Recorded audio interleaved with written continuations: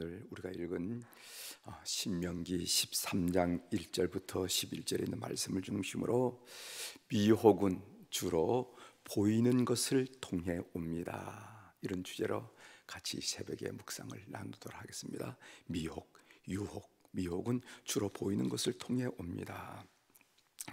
어제 우리는 어린 주일을 지났는데 한림대 의대 교수인 신지용 교수가 부모의 성격과 자녀 양육과의 관계를 설명해 놓은 글이 있어서 제가 여러분들에게 잠깐 요약해 드릴 테니까 여러분은 어떤 유형의 부모인지 한번 살피고, 또 손자 손녀를 키우는 여러분들의 자녀들은 어떤 유형의 사람인지 한번 보시면서 한번 들어보시길 바랍니다.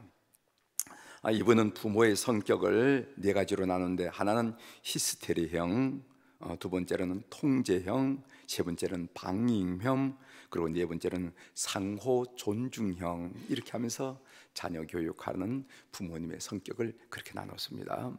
히스테리형은 어떤 형인가 하면은, 이런 성격은 자녀 양육에 가장 문제가 되는 성격인데, 감정 조절을 하지 못하고 감정이 급격히 변하여 스트레스에 취약한 성격이라. 기분이 좋을 때는 모든 것을 내줄 것 같아가도 기분이 나쁘면은 잡아먹을 듯이 야단치는 성격, 그런 성격이죠. 이런 성격을 히스테리형이라 이렇게 얘기했습니다. 두 번째는 통제형인데, 이런 성격은 자녀를 소극적으로 만들고 소심하게 만드는 부모의 유형이라는 것입니다. 권위적이고 통제하는 성격입니다. 예를 들어서 아이가 실수로 컵을 깼을 때 보통의 부모라면 뭐라고 말하면 너 다치지 않았어? 이렇게 질문하는데, 이 통제형의 부모는 뭐냐면 또 뭘 깨뜨렸어? 이렇게 얘기한다는 거죠. 이 통제형이 나가는 이렇게 첫 번째 이 표현이 그렇게 된다는 것입니다. 세 번째는 방임형, 이런 성격은 자녀들로 하여금 욕구 절제를 못하게 만들고 남의 배려하지 못하고, 그리고 대인관계를 원만하게 못하게 하는 그런 성격이라는 것입니다. 자신감이 없는 성격의 소유자라서 아이와의 갈등을 피하기 위해서 방임하거나 아이가 원하는 것을 다 들어주는 부모님의 성격, 이런 성격이 방임형이라는 거죠. 상호 존중형이라는 것은, 이런 성격은 자녀에게 자신감을 갖게 하며 부모님의 의견을 존중할 줄 아는 그런 태도를 갖게 한다는 거죠. 가장 바람직한 성격으로서 아이의 의사를 존중하고 부모의 의사를 존중하면서 대화하고 타협하면서 문제를 풀어나가는 그런 자녀를 만든다, 이렇게 했습니다. 그래서 일방적인 통제로 못 자르게도 말고, 방임해서 막 자르지도 말고 상호 존중형으로 잘 자라게 하는 여러 부모님들이 되시길 바랍니다. 저도 이 글을 읽으면서 빙그레 웃었어요. 왜 웃었냐 하면은 참 우리의 자녀를 키워주신 것은 하나님의 은혜구나. 내 성격으로 볼 때는 이렇게 키울 체간이 없는데, 여러분들도 아마 성격이 나는 상호 의존 존중형이라 이렇게 말하는 분들이 아마 많지 않을 거예요. 나는 좀 이런 것에 치우치고 저런 것에 치우쳤지만, 그러나 하나님께서 여러분들의 자녀를 이렇게 건강하게 건전하게 키우신 것은 하나님의 은혜구나 하는 생각을 저도 어제 읽으면서 느꼈습니다. 아마 여러분들도 그런 느낌을 가지면서 이야기를 들었으리라 이렇게 믿습니다.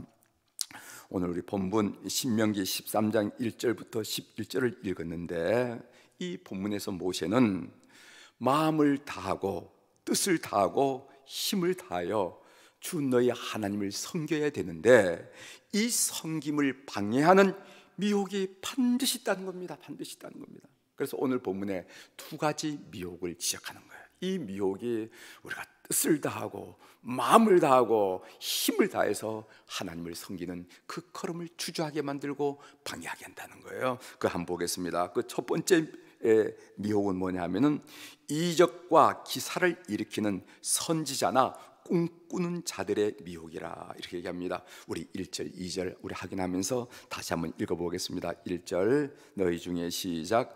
너희 중에 선지자나 꿈꾸는 자가 일어나서 이적과 기사를 내게 보이고 그가 내게 말한 그 이적과 기사가 이루어지고 너희가 알지 못하던 다른 신들을 우리가 따라 섬기자고 말할지라도, 이렇게 얘기했습니다.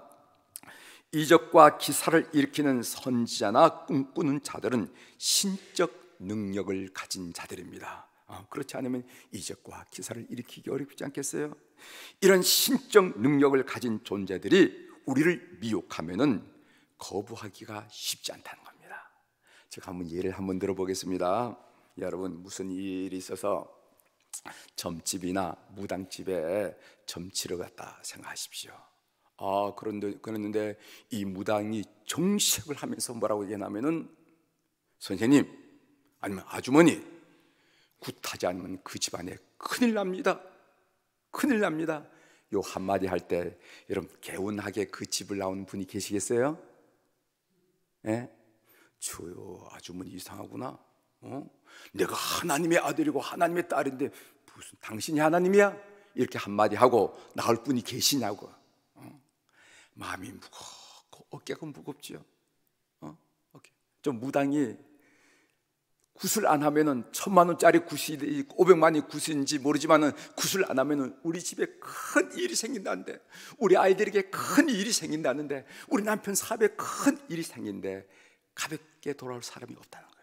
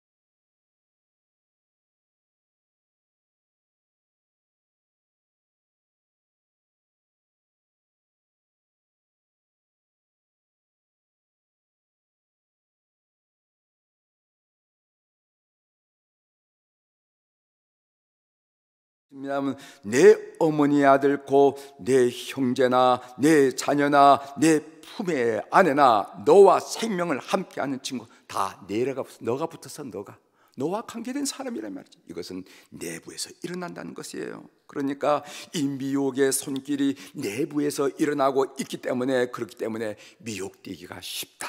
정신 바짝 차려라, 이렇게 지금 이야기하는 거예요.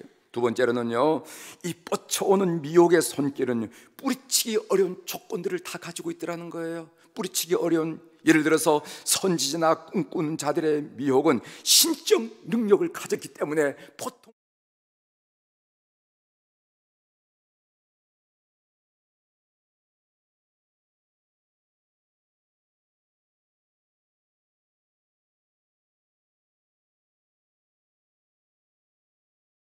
조건을 가졌다. 그러나 모세가 얘기를, 이런 미혹에 대해서 우유부단한 태도를 취하지 말고 단호하게 대처해야 된다. 이게 너희들이 사는 길이고 너희들이 복받는 길이다 하면서 5절에 뭐라고 말씀했습니까? 그런 선지나 꿈꾸는 자는 죽이라.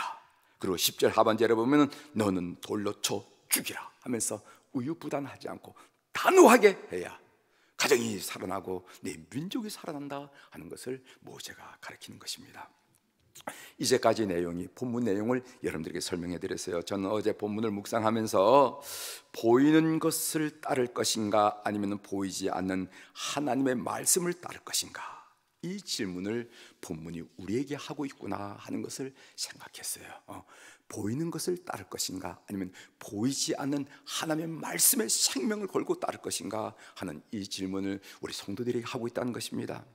여러분, 미혹이란 것은 주로 보이는 것을 통해 옵니다. 오늘 1절에도 봐도 이적과 기사를 내게 보이고 이런 말을 했죠. 여러분, 가나안 땅의 특징은 눈에 보이는 것들이 지배한다는 것입니다.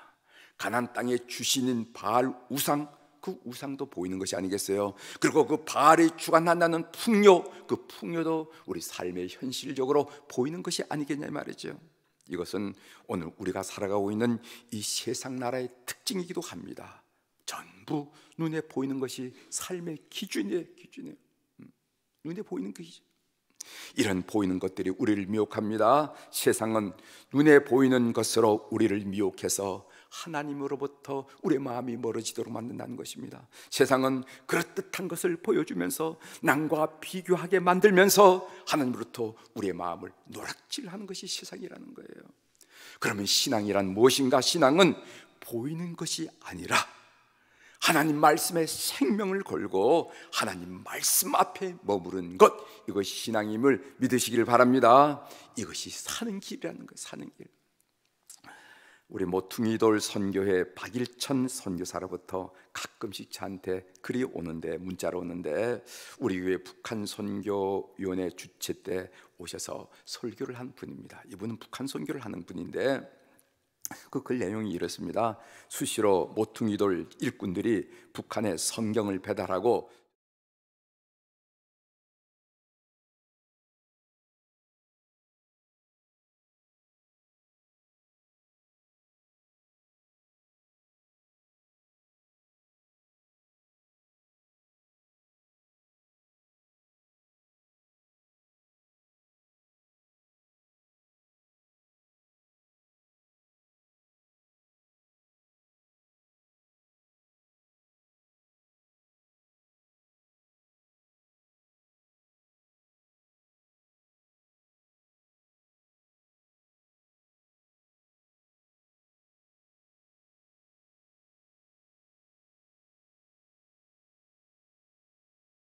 안 된 십자가, 말하자면 엉성한 십자가죠.